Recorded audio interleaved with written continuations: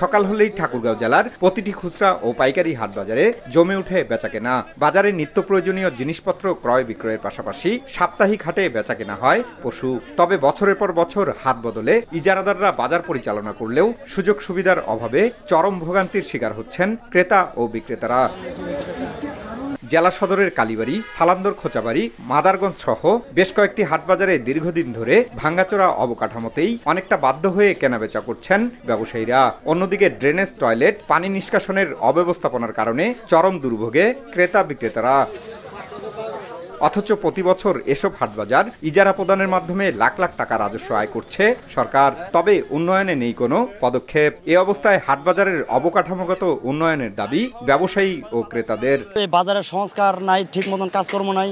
এই যে ড্রেন দুর্গন্ধ, আমরা হাটবাজার করতে আসতে পারি না। বর্ষাকালে বাজারে খুব কাদা, দোকান দিতে পারতেছে না। ড্রেনেজ তো অবস্থা খুব খারাপ, এই বাজারে ড্রেনেজে নাই। টয়লেটের একটা প্রয়োজন, টয়লেটের কোনো ব্যবস্থা নাই। বারবার বলার পরেও সংস্কারের উদ্যোগ নিচ্ছে না কর্তৃপক্ষ। অভিযোগ ইজারাদারদের। বৃষ্টির জন্য আপনার ঠিকমতো একটা দোকানদার মনে হয় থাকতে পারতেছে না। পাশে যে মাংস হাটি, এটা তো অবস্থা খুব খারাপ। অনেকে আমি কমপ্লেন দিচ্ছি, এরা কেউ গুরুত্বপূর্ণ দিচ্ছে না। প্রতিটি হাটবাজারের অবকাঠামো উন্নয়নে কাজ চলমান রয়েছে জানিয়ে বাকি হাটের ভঙ্গুর অবস্থার তথ্য পেলে ব্যবস্থা নেবে বলে জানায় উপজেলা প্রশাসন।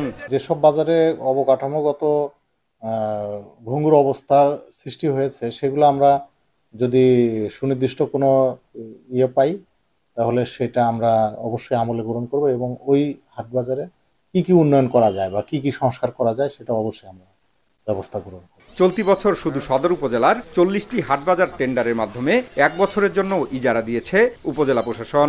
এর বিপরীতে আয় ধরা হয়েছে প্রায় 3.5 কোটি টাকা।